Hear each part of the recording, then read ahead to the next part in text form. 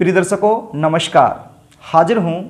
आज मैं आपको बताने वाला हूँ कि आप खुद अपनी जन्म पत्रिका को देखकर किस प्रकार से पता कर सकते हैं कि आपकी जन्म पत्रिका में विदेश यात्रा के योग बने हुए हैं या नहीं बने हुए हैं। इस प्रश्न को लेकर के मेरे पास बहुत सारे फ़ोन कॉल्स आते रहते हैं, मैसेज आते रहते हैं, कमेंट आते रहते हैं और मुझसे पूछा जाता है कि सर हमें ये बताइए कि हमारी जन्म पत्रिका में विदेश यात्रा के योग बने हुए हैं या नहीं बने हुए हैं। तो प्रिय दर्शकों, विषय काफ़ी महत्वपूर्ण है क्योंकि आजकल एक फैशन सा हो गया है विदेश जाने का। हर कोई चाहता है कि मैं विदेश जाऊं और बहुत सारा पैसा कमाऊं, लेकिन सब ऐसा कर नहीं पाते हैं। मैंने बहुत सारे ऐसे बच्चों को देखा है जो विदेश में चले तो जाते हैं लेकिन अपना बहुत सारा धन खराब करके वापस चले आते हैं। तो काफ़ी महत्वपूर्ण विषय है, इसलिए मैंने सोचा कि इस विषय पर एक कार्यक्रम बना दिया जाए ताकि इस कार्यक्रम को सब लोग देख सकें और इस कार्यक्रम का लाभ वो उठा सकें। अपनी जन्म पत्रिका को खुद देख लें। यदि विदेश यात्रा के योग बन रहे हैं तो ही वो विदेश जाने की तैयारी करें, अन्यथा अपने ही देश में रह करके पैसा कमाएं।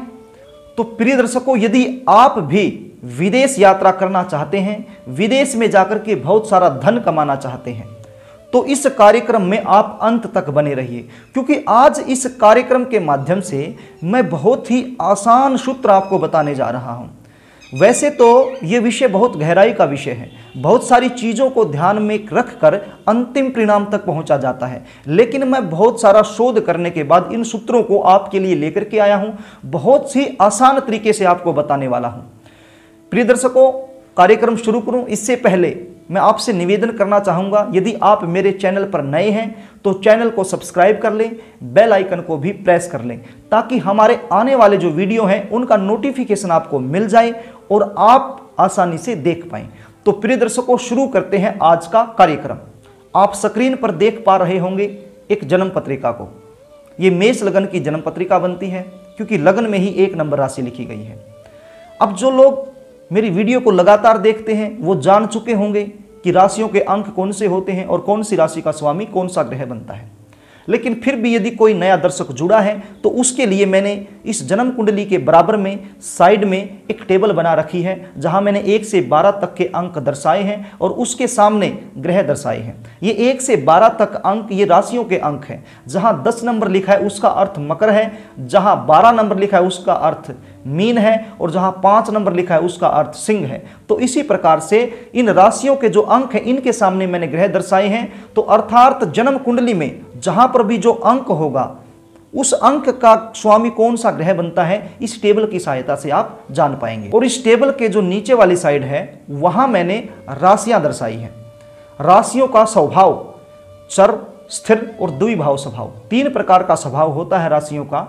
तो आज का जो कार्यक्रम है, जो विदेश यात्रा के लिए जो सूत्र है, उसके लिए हमें इन 2 चीज़ों की आवश्यकता पड़ने वाली है। एक तो हमें यह पता होना चाहिए कि कौन सी राशि चर है, कौन सी राशि स्थिर है, और यह पता होना चाहिए कि कौन सी राशि का स्वामी कौन सा ग्रह बनता है।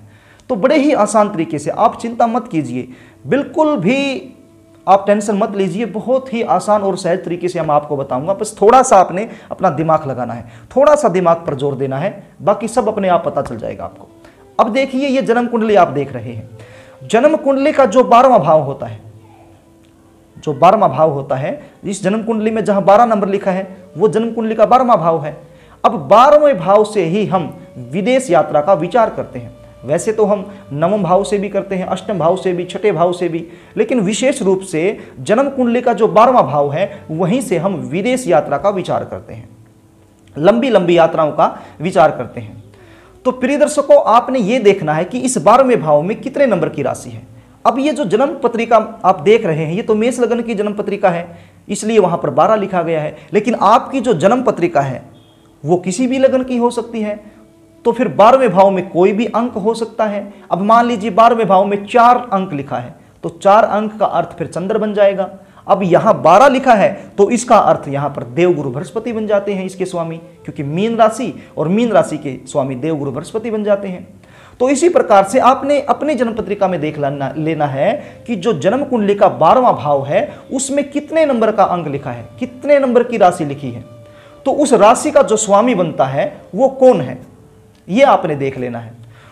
तो 12वें भाव का जो स्वामी बनता है यदि वो लगन में आकर के बैठ जाए, अब लगन जो प्रथम भाव जहां 1 नंबर लिखा है, आपके लगन में कुछ भी लिखा हो सकता है, तो जहां आपने इस भाव को समझना है, तो जो 12वें भाव का स्वामी है यदि लगन में आकर के बैठ जाए और लगन का जो स्वामी है वो 12वें भाव में आकर के बैठ जाए, तो फिर विदेश यात्रा का एक प्रबल योग बन जाता है।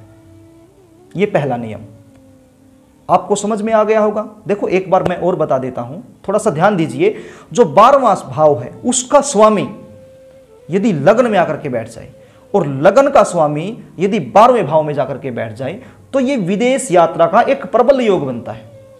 अब दूसरा नियम सुनिए, लगन में यदि चर राशि है, लगन में ही यदि चर राशि लिखी गई है, अब चर राशि का आपको पता कैसे चलेगा, मैंने जो जन्म कुंडली है इसके नीचे वाली साइड में एक टेबल बना रखी है, वहां मैंने लिखा है चर स्थिर द्विस्वभाव। तो आप चर वाले टेबल को देखिए, जो चर वाला खाना उसको देखिए, उसमें मैंने 4 राशियां लिखी गई हैं, 1 4 7 10। तो 1 4 7 10 जहां पर भी ये राशियां होगी वो चर होंगी, ये चर राशियां होती हैं। तो यदि इनमें से 1 4 7 10 इन चारों में से कोई भी राशि लगन में है तो भी विदेश यात्रा के योग बनते हैं। और यदि लग्नेश कहीं पर भी, जो जन्म कुंडली के 12 भाव हैं, कहीं पर भी जाकर के चर राशि में बैठ गया है तो भी विदेश यात्रा के योग बनते हैं। अब मान लीजिए लग्नेश जो प्रथम भाव का स्वामी है वो लग्नेश जन्म कुंडली के किसी भी भाव में जाकर के बैठ जाए, मान लीजिए चतुर्थ भाव में जाकर के बैठे हैं, तो चतुर्थ भाव में जो है 4 नंबर की राशि आ रही है तो ये चर राशि है। अब मान लीजिए यही लगने सप्तम भाव में जाकर के बैठ जाएं तो सप्तम भाव में भी चर राशि आ रही है। मान लीजिए 10वें भाव में बैठ जाएं तो 10वें भाव में भी चर राशि आ रही है।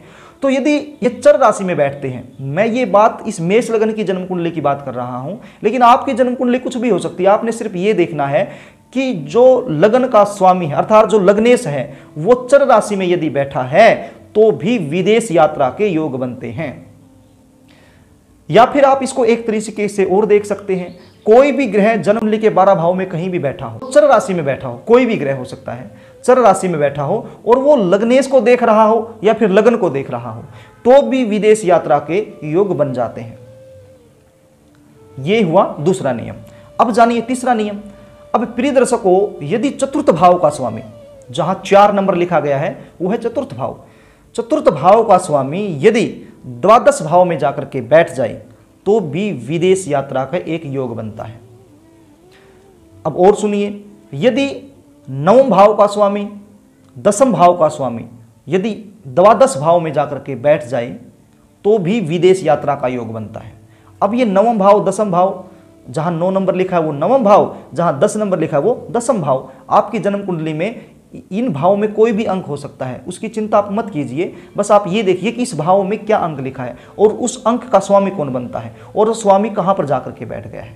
यदि 9वें भाव का और 10वें भाव का स्वामी द्वादश भाव में जाकर के बैठ गया है तो फिर विदेश यात्रा का एक प्रबल योग बनता है।